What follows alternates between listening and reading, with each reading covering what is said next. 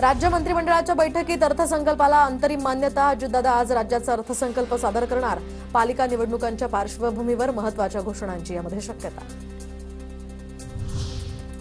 महायुतीने निवडणुकीपूर्वी लोकांना दिलेल्या आश्वासनांचं प्रतिबिंब हे अर्थसंकल्पात दिसेल अशी आशा। रोहित पवारांनी ट्विटमधून महायुतीने दिलेल्या आश्वासनांची करून दिली आठवण।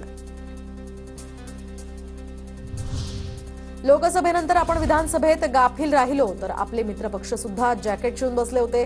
जागा वाटपातच लढत बसलो, आपण केलेलं काम दाखवायला कमी पडलो। शिवसेना ठाकरे गटाच्या शिबिरात उद्धव ठाकरेंचं वक्तव्य। राज्य तर आपण आणणारच, यांना असं तसं सोडणार नाही। ठाकरेंचा महायुती सरकारवर निशाणा। प्रत्येक जिल्ह्यामध्ये शिवरायांचं मंदिर बांधून दाखवणार, उद्धव ठाकरेंचं आश्वासन। मुंबई महापालिकेवर भगवा झेंडा फडकवल्याशिवाय राहणार नाही। राक्षसाचा जीव पोपटात असतो तसा त्यांचा जीव मुंबई पालिकेत आहे।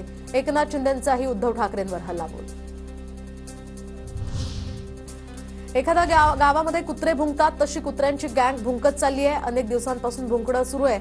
आता आला अंगावर की ठोकायचा तरच महाराष्ट्र आणि मुंबई वाचेल। संजय राऊतांचं मेळाव्यात वक्तव्य। तर तुम्ही उद्धव ठाकरे होऊही शकत नाही। उद्धव ठाकरेंचा मुख्यमंत्री फडणवीसांवर निशाणा। माझ्या कार्यकाळात मी कुठलीही कामं बंद पडू दिली नाहीत। कामांना स्थगिती दिल्याच्या फडणवीसांच्या टीकेला ठाकरेंचं उत्तर। तर डुप्लिकेट मतदार नोंदणीमुळे भाजप महाराष्ट्र आणि हरियाणात जिंकला। मोदी शहांनी घाईघाईत मर्जीतला निवडणूक आयुक्त नेमला। सामनाच्या अग्रलेखातून भाजपवर जोरदार निशाणा।